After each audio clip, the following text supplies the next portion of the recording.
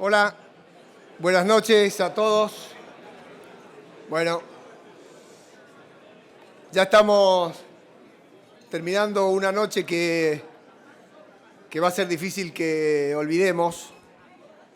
La verdad es que esta vez la tengo muy difícil, porque hacer un brindis o hablar un minuto después de que habló Robert Cox y la nata no es nada fácil. Sin embargo, como nosotros sentimos que tenemos muchas cosas para festejar, este año tomo la licencia de hacer un brindis con mucha libertad, porque nos sobran motivos. Así es que solo quiero compartir con ustedes una idea.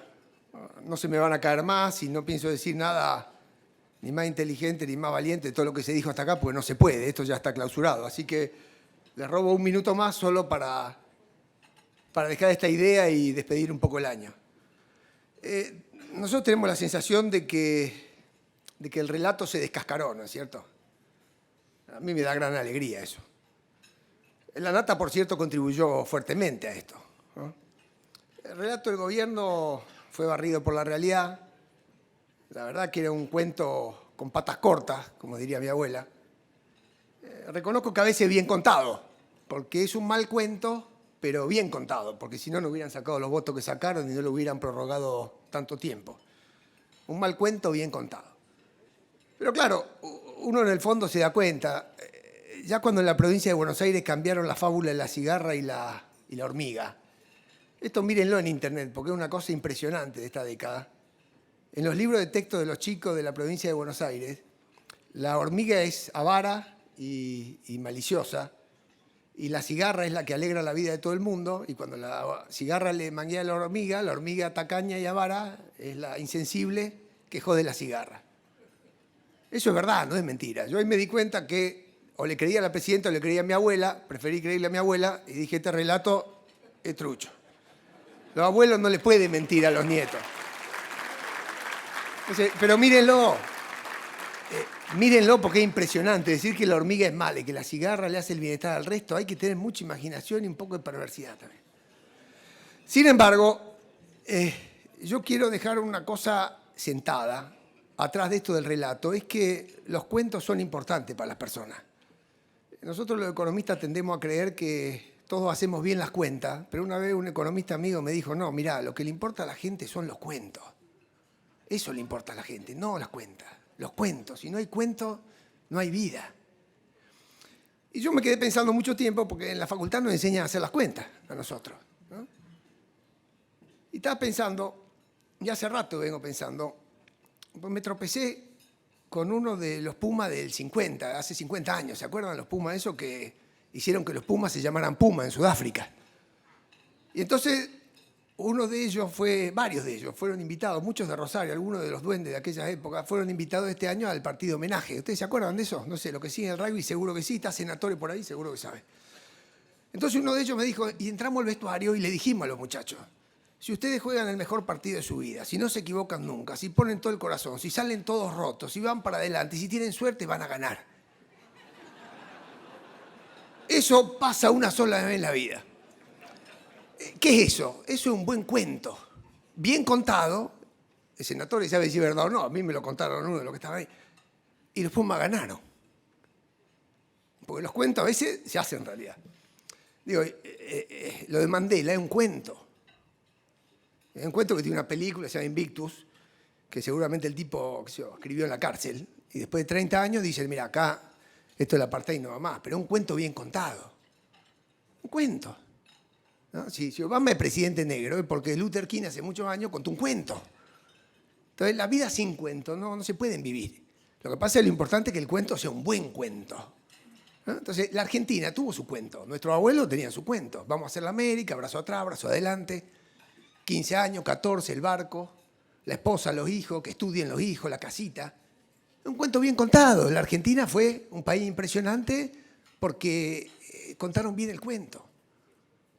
Entonces, en el fondo, el costado del kirchnerismo que hay que rescatar es que el relato, ¿no?, es un mal cuento de a ratos bien contado. Mucha gente se lo creyó. Después la realidad se lo lleva.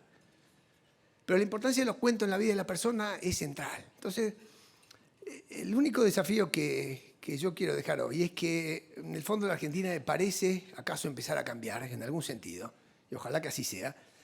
Necesita que cada uno de ustedes empiece a escribir su cuento, ¿no? Un cuento de cada uno de ustedes, un cuento que los involucre a ustedes, a sus empresas, a sus hijos, al futuro, ¿no?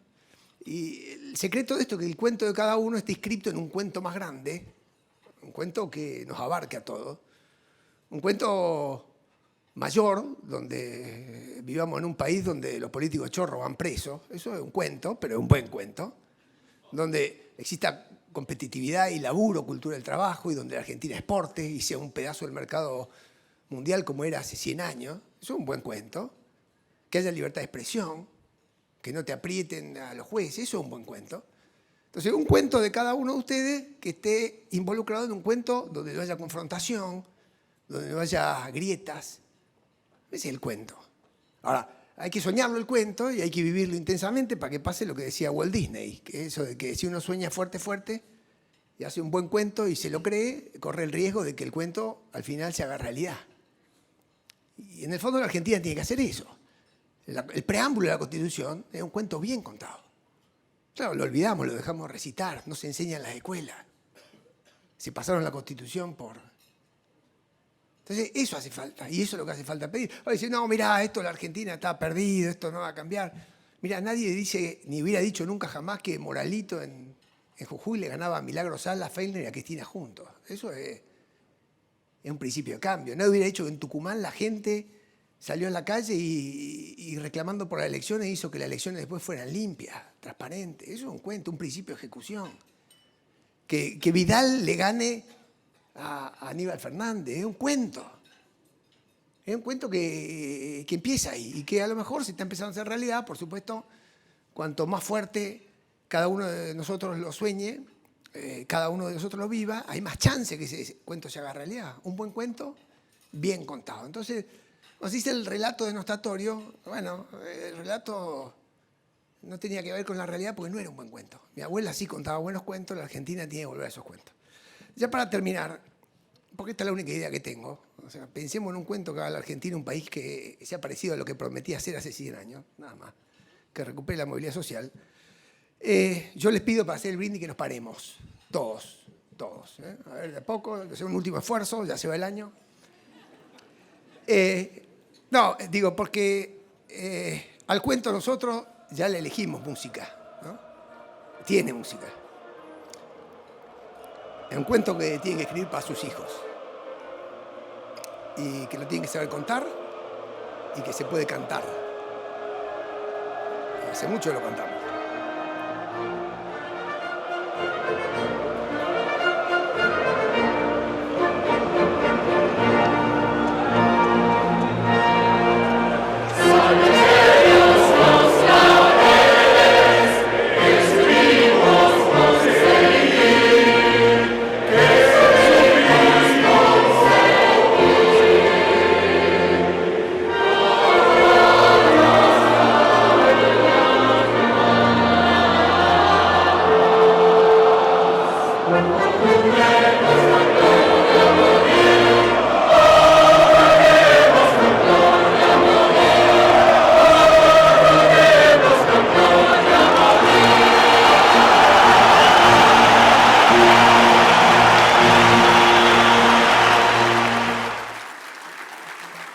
Felicidades, feliz Navidad.